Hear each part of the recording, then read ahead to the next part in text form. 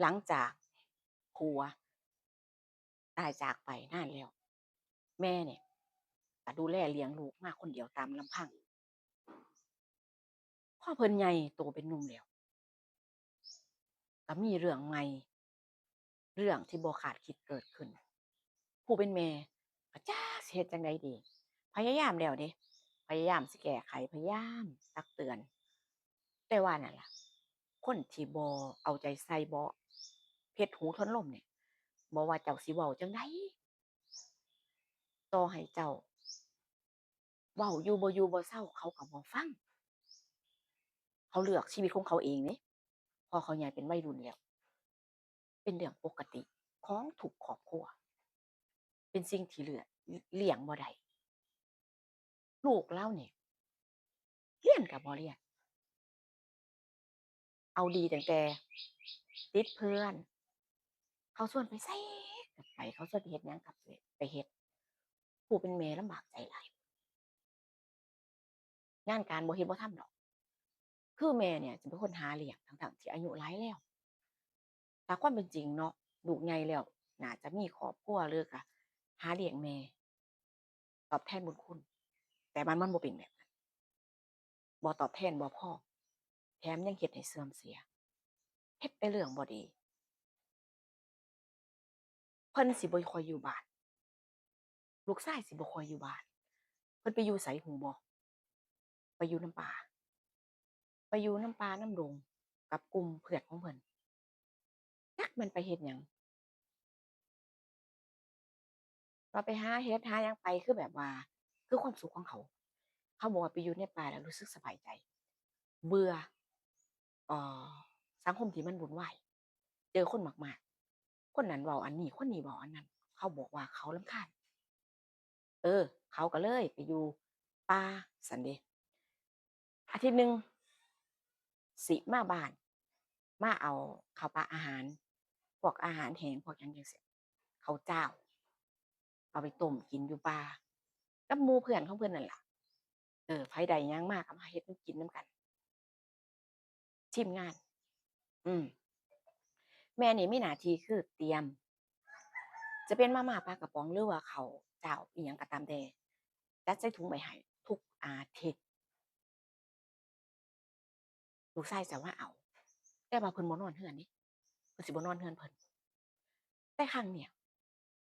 ลูกชายเนี่ยมาเอาห่อข้าวแต่ว่าเพิ่นก็อัดเต็มมาเต็มแบบคาราเบลมาเลยคาดว่าสิเบิดไปหลายบาทนี่คือเพิ่นก็มาเอาข้าวตามปกติในมื้อนั้นแม่ก็เตรียมไว้ให้ถุงบักใหญ่คิดว่าอาทิตย์หนึ่งอยู่ได้อะแหละอืมเฮ็ดจั่งใดได้ผู้เป็นแม่เนาะถ้าเกิดว่าบ่เฮ็ดบ่หาให้ ก็สิไปจกไปลักของเขาเด้บาดนี้ถ้าบ่มีกินก็เป็นห่วงว่าลูกเนี่ยสิไปเฮ็ดในแนวทางที่มันบ่ดีเออสิเป็นเรื่องเป็นราวมันได้ยากมากการที่ไปหยิบไปจับของคนอื่นโดยที่แบบว่าบ่ได้รับอนุญาตแม่นบ่คันบ่มีกินคนเรามันเฮ็ดแล้วทีนี้เราก็เป็นห่วงแม่เนี่ยก็เลยเตรียมห่อข้าวเตรียมทุกอย่างไว้ให้เพิ่นเออเพื่อให้เพิ่นไปใช้ชีวิตเพิ่นเพราะว่าเรือนเพิ่นบ่อยู่บ่นอนเรือนก็มีแม่ว่าโอ๊ยเจ้าคือเป็นแบบนี้เนาะลูก แม่เลี้ยงมาเพื่อสิใหญ่อยากให้เจ้าเป็นคนหูผู้ดีแต่ว่าเจ้าก็บ่เอาเขาก็ว่าสิ่งที่เขาเป็นมันดีอยู่แล้วพอมาถึงบ้านก็มาแบบลักษณะเอ่อบ่เป็นตัวของเจ้าของสติสตังค์เพราะว่าอัดมาเต็มเออแบบนี้เข้ามาในบ้านเนาะแม่นั่นก็เป็นจังหวะบังเอิญก็คือว่าเลาอาบน้ำแต่งตัวสิไปงานพอดีอาบน้ำกำลังเดินออกจากห้องน้ำก็ได้ยินเสียงดัง ก็คาดว่าแหละว่าคงจะเป็นลูกพอเป็นเวลานี้ประจำเพิ่นสิมาเอาของที่แม่จัดเตรียมไว้ให้แล้วนี่แม่ก็เลยเดินออกไปครัวก็ไปเห็นเพิ่นอ่ากินข้าวอยู่แม่ก็เฮ็ดกับข้าวกับหยังกินเพิ่นมาเพิ่นก็กินข้าวกินข้าวสิอิ่มแล้วจั่งซี้นะก็แนมเห็นแม่ก็ไปชะโงกต่างคนต่างเอ่อจ้องตากันจั่งซี้ว่าลูกมาแล้วจังซี้แม่ก็เลยว่าอ้าวมาตั้งแต่ตอนใดล่ะลูกแม่บ่เห็นกินให้มันอิ่มข้าวของที่ เคยมาเอาแม่ก็เตรียมใส่ถุงตั้งอยู่ตรงนั้นแหละเออถ้าขาดเหลือจังใดก็หยิบใส่เพิ่มได้ของในตู้เย็นอีหยังประมาณนี้แม่ก็บอกเนาะเพราะแม่ก็ฝ้าวสิไปงานจังซี่นะลูกก็บ่ตอบบ่หยังแต่ว่าผิดสังเกตคือลูกอะจ้องแม่นานเกินไปจ้องแบบตาแบบบ่เป็นเม็ดอะแม่ก็เลยแบบก็ฮู้ๆอยู่ว่าลูกเจ้าของมันบ่ค่อยปกติเนาะเออก็รู้ดีทีนี้แม่ก็เดินเข้ามาห้อง เตรียมตัวมาตู้เสื้อผ้าจังซี่มาเตรียมตัวสิไปงานนั่นก็เห็นว่าลูกนี่เดินผ่านไปคือเขาสิออกจากบ้านแล้วจังซี่นะก็คิดว่ากินอีข้าวอิ่มแล้วก็คงสิไปแล้วติแล้วทีนี้พ่อบ่กี่นาทีเดะบ่กี่นาทีลูกเดินกลับมาลูกเดินกลับมาเดินมาหาแม่อีกครั้งหนึ่งแม่ก็คิดว่าหรือเพิ่นว่าพ่อสิมาขอเงินบ่แม่ก็หันหน้ามาก็ถามว่าอ้าวอีหยังอีกล่ะลูกคือจังเดินออกไปแล้วนี่ ลืมหยังแม่ก็เลยถามว่าเพิ่นลืมหยังเพราะว่าห้องครัวมันสิเดินผ่านห้องน้ำไปแล้วก็เป็นที่ตู้เสื้อผ้าเตียงแต่งตัวจังซี้นะบ้านก็บ่แม่นหลังใหญ่เนาะมันก็เป็นแบบว่าจัดพอให้เป็นที่เป็นทางเพิ่นก็บ่ปากหยังลูกมาครั้งนี้บ่เว้าได้แค่พยักหน้าแล้วที่ลูกเนี่ยก็เดินเข้าประชิดตัวแม่สายตาบ่เป็นมิตรแม่ก็ตกใจแล้วเพราะก็ฮู้ดีเนาะว่าลูกเจ้าของเนี่ยอิหยังจั่งใดจังซี้นะแม่ก็ตกใจ ก็พยายามเรียกพยายามเอิ้นชื่อแบบว่าให้เพิ่นสติกลับมาจังซี้เพิ่นก็บ่ตอบสนองเพิ่นก็ตาขวางอยู่จังซั้นจังซี้นะแล้วทีนี้ก็เดินเข้าประชิดตัวแม่แม่ก็ว่าอ้าวเป็นหยังสิเอาหยังอีกหรืออยากได้เงินบ่เดี๋ยวแม่หาให้คืออยากสิตัดปัญหาอยากให้เพิ่นออกจากบ้านเพราะว่าเบิ่งแล้วบ่ปกติเพราะปกติมาแล้วก็สิพูดสิคุยกับแม่อยู่แต่ครั้งนี้บ่เว้าหยังจังซี้พอเดินเข้าหาแม่แล้วก็เข้าไปกอดจังซี้เนาะเข้าไปกอดบ่แม่นว่าลูกแสดงความรักเดะบัด บ่แม่นท่าทีว่าลูกนี่แสดงความรักกอดแบบแน่น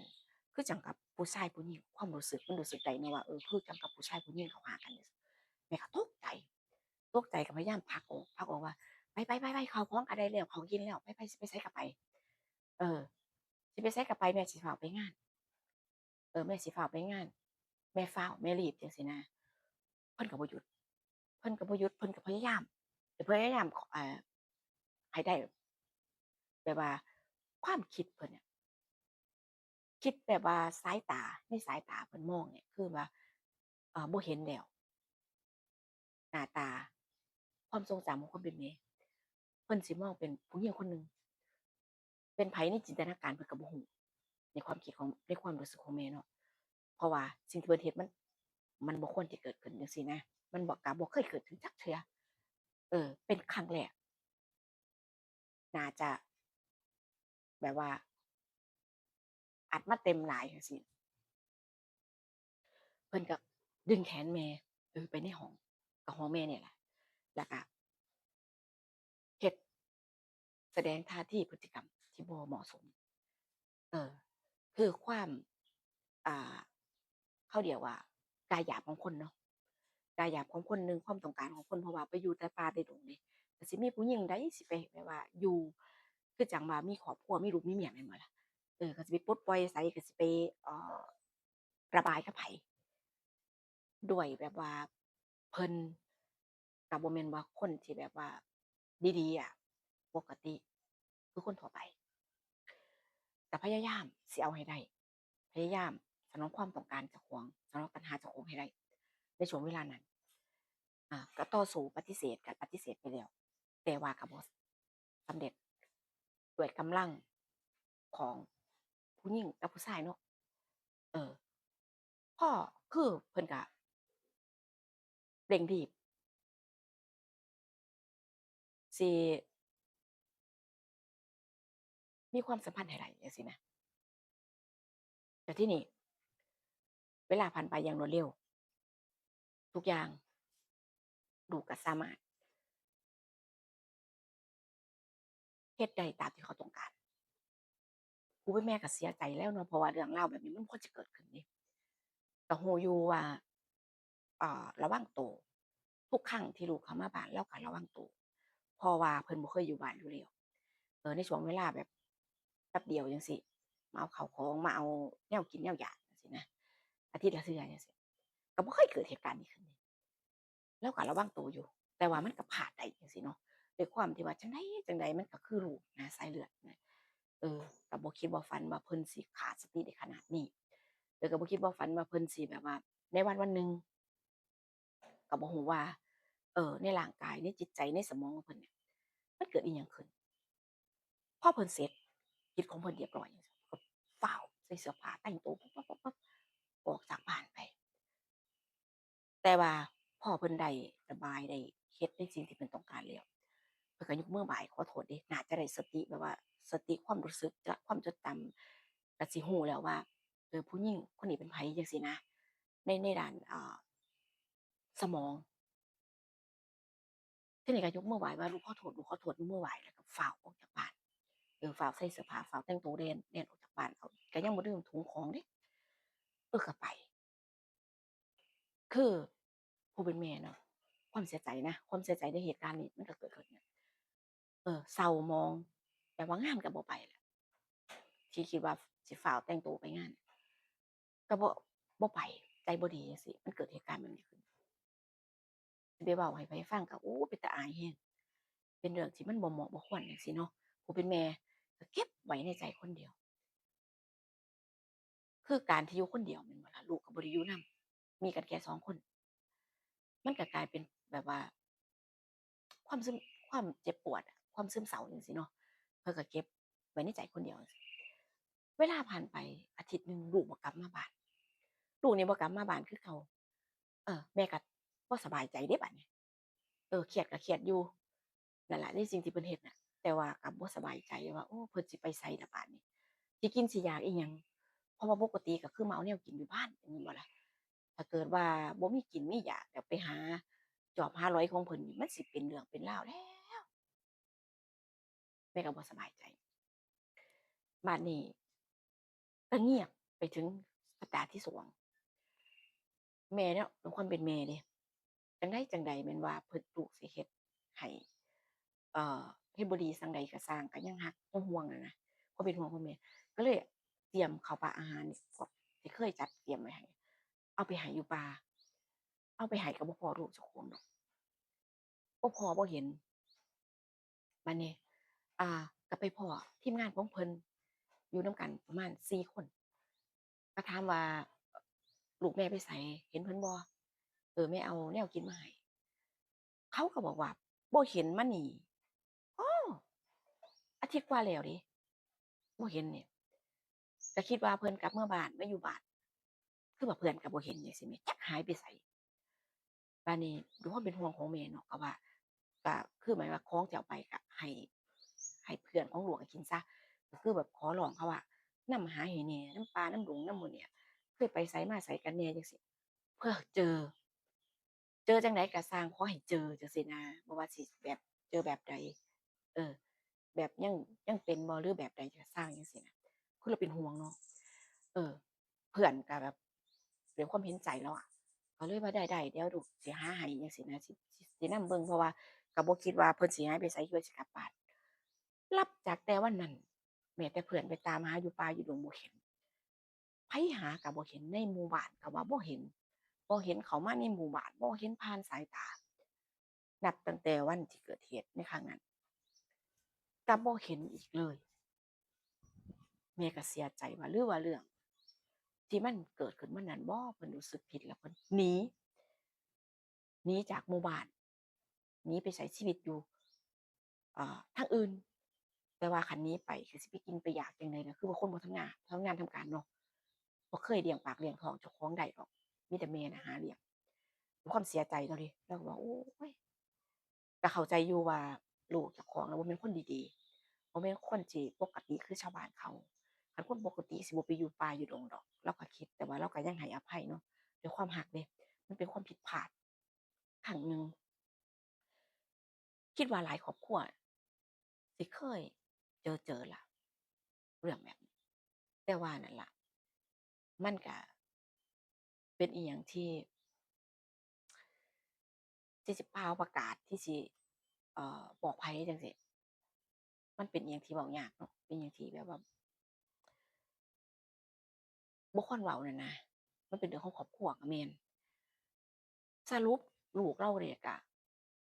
หายสาบสูญไปเลยบ่เห็นหาไสก็บ่เห็นนำป่านำดงนำบ้านนำช่องนำหมู่บ้านก็บ่เห็นผ่านตาไผแม่ก็เสียใจนับจากนั้นแม่ก็อยู่คนเดียวมาตลอดเดะอยู่คนเดียวมาตลอดเศร้าจนเป็นโรคซึมเศร้าคือจริงอยู่ลูกอยู่เนี่ยก็บ่ได้สร้าง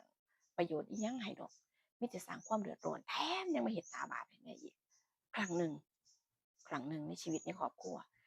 ที่เกิดเรื่องราวเหตุการณ์แบบนี้แต่แม่ว่าแม่บ่เคยโกรธบ่เคยเกลียดบ่เคยชังลูกเดะถึงสิเกิดเรื่องแบบนี้ขึ้นกับเราแล้วว่าเออ